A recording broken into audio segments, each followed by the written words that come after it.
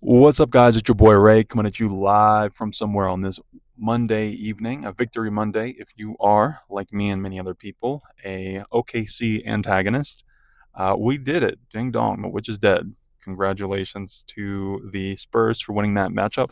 And I want to talk a little bit about my thoughts on the series, not as it pertains to the teams themselves, but how it pertains to the Nuggets and the some of the team building principles that I think they should start to employ a little bit more to kind of get back to that mountaintop, if that makes sense. I want to start with, and I say this with the comparison in mind of think about the NFL, another team, another organization, I should say, where there is a lot of parity. Parity has been a focus in the NFL for a long time now. And I think the successful NBA teams are going to be the ones that adopt similar ideas and concepts. So the first concept that I want to talk about is you'd rather move on from a guy 2 years too soon than a year too late. And what do I mean by that? One, it means understanding and fully exploring the talent of the players that you have early so that you have an idea of what you want to do with them by the time their contract is over. So you're not in a position where you need to overpay to keep your players because you've discovered something that is going to throw a wrench in your plans. What do I mean? That so, for example, a Peyton Watson, a guy who you didn't really discover if you're the Denver Nuggets in the fullness of his skill set and how that might apply to winning until he was already going into restricted free agency, which I think is too late. If you have that early, you can, if you understand that, you can get the early extension in. Early extensions can be really productive. I know we all have this scar of the Zeke Naji experience, but if you are willing to play and utilize and find roles for the guys you extend, it's another part of it. An early extension can be a great way to find talent under market value. Even if you don't feel like you can get the early extension at an affordable rate, if you discover someone's talent and value and you establish that early enough, you also can build a trade market for that player preemptively so that you're not in a position where you're needing to shed salary and make effectively bad trades just to make it all work financially. How that might apply, unfortunately, I think you have to look at Aaron Gordon and Jamal Murray as two guys where this might be true. Think about where they are right now as players. It's undeniable that they're great, right? And Aaron Gordon wasn't on the floor as much this year, but when he was on the floor, he played well. He did great things. He's able to be physical. He's able to dribble, pass, shoot, be a secondary creator, create in isolation, when need be. Jamal Murray, similar thing. Of he had a career year, and I know the playoffs didn't go as well for him as he would have liked, as we would have liked for him. But second team All NBA is nothing to sneeze at. And if you're asking me, these are two guys going into their early 30s where it's not getting better. It's the unfortunate truth. If you fast forward 2 years from now, I don't think Jamal Murray is going to be a better player. I don't think Aaron Gordon is going to be a better player than they were today.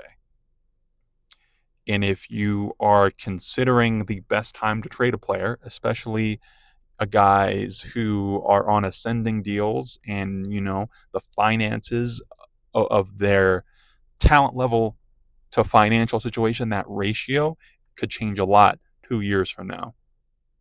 And I get that it might feel a little soon, but I think at the very least, you have to consider the fact that they're not getting any younger.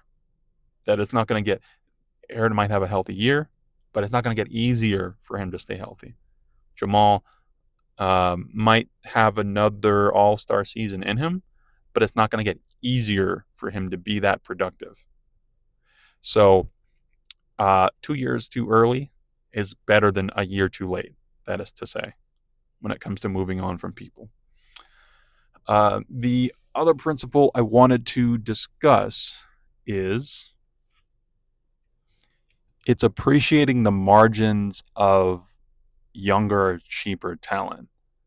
There's always going to be the veteran out there who is at the peak of his powers, who you really like, and you can guarantee everything that he can achieve. But that's going to be expensive. He's going to be expensive to retain, he's going to be expensive to sign, so on and so forth. If you can find younger talent who maybe they're not as good, but they're 80% as good and maybe 20% the cost, you got to think more about utilizing and integrating those players into your system with a level of eagerness that I just don't think Denver has shown yet. And I know I spoke about this the other day with Jalen Pickett, but it's a similar thing with him, with Julian, with Zeke, with Deron, all those kinds of guys. You do want to, as a team, as an organization, you want the best for them. Not because you hate Jamal or you hate the guys you have already, but because there might be a time when you need them to step up, in a similar way that Aaron was out this year and you had Spencer Jones and you were able to put him in a position that made sense for his skill set. It's what you want to be doing because at the end of the day, it's that productivity that is going to turn around and be beneficial for the team. So again, 2 years too soon is better than a year too late.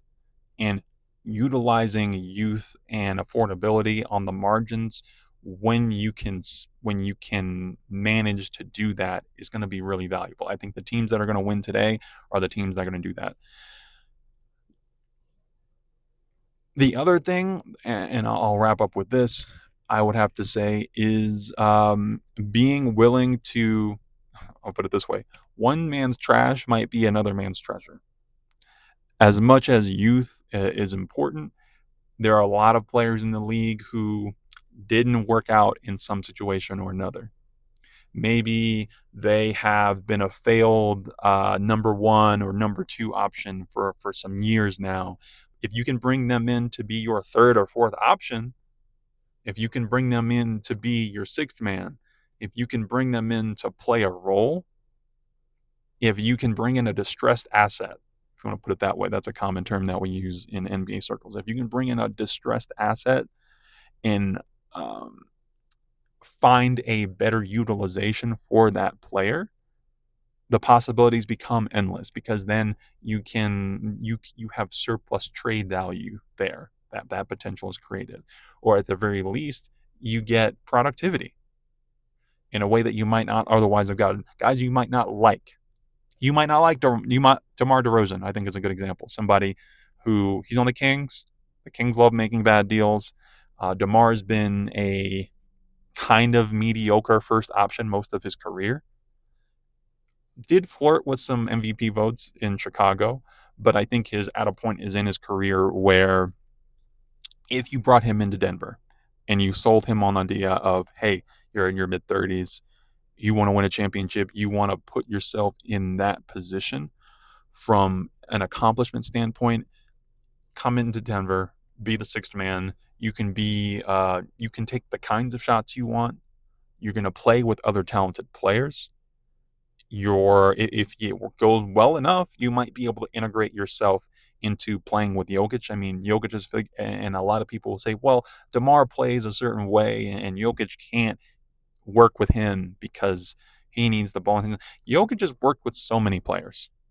He's worked with Mason Plumlee, and that worked out. There is a clip on the internet right now of Jokic and Plumlee running a two-man game. So if you think that there's no way for that to work, I just think you're losing out on that margin where you could make those gains. And the teams that are doing those things, I'm not going to tell you De'Aaron Fox was cheap for the Spurs, but getting him gave them a level of depth and leadership and veteran presence that I don't think they otherwise would have gotten if De'Aaron Fox wasn't coming from, um, frankly, a broken Kings team. That's the kind of deal you need to be making. It's not the shiny, oh, we need to go out and get this guy who just won most improved or something. It's not the flashy guy. It's going to be the ugly trade that you don't think of, that you don't think this guy can work out in this place, or you think maybe he has a personal conflict with a certain coach or a certain organization. You got to bring, if you can bring those guys in and make them work for you, another man's trash can be your treasure. So those are the three things. 2 years too soon is better than a year too late. Another man's trash can be your treasure. And sometimes you can find a guy who is 80% as good for 20% the price. Those are the things that I think will get Denver back to where they need to be, just based on the situation with the CBA and the resources that Denver has. I would love to hear your thoughts. If you want to leave a comment or find me on Twitter, I'm at Ray Von Hackshaw. Otherwise, I will chat with you later. Have a great day.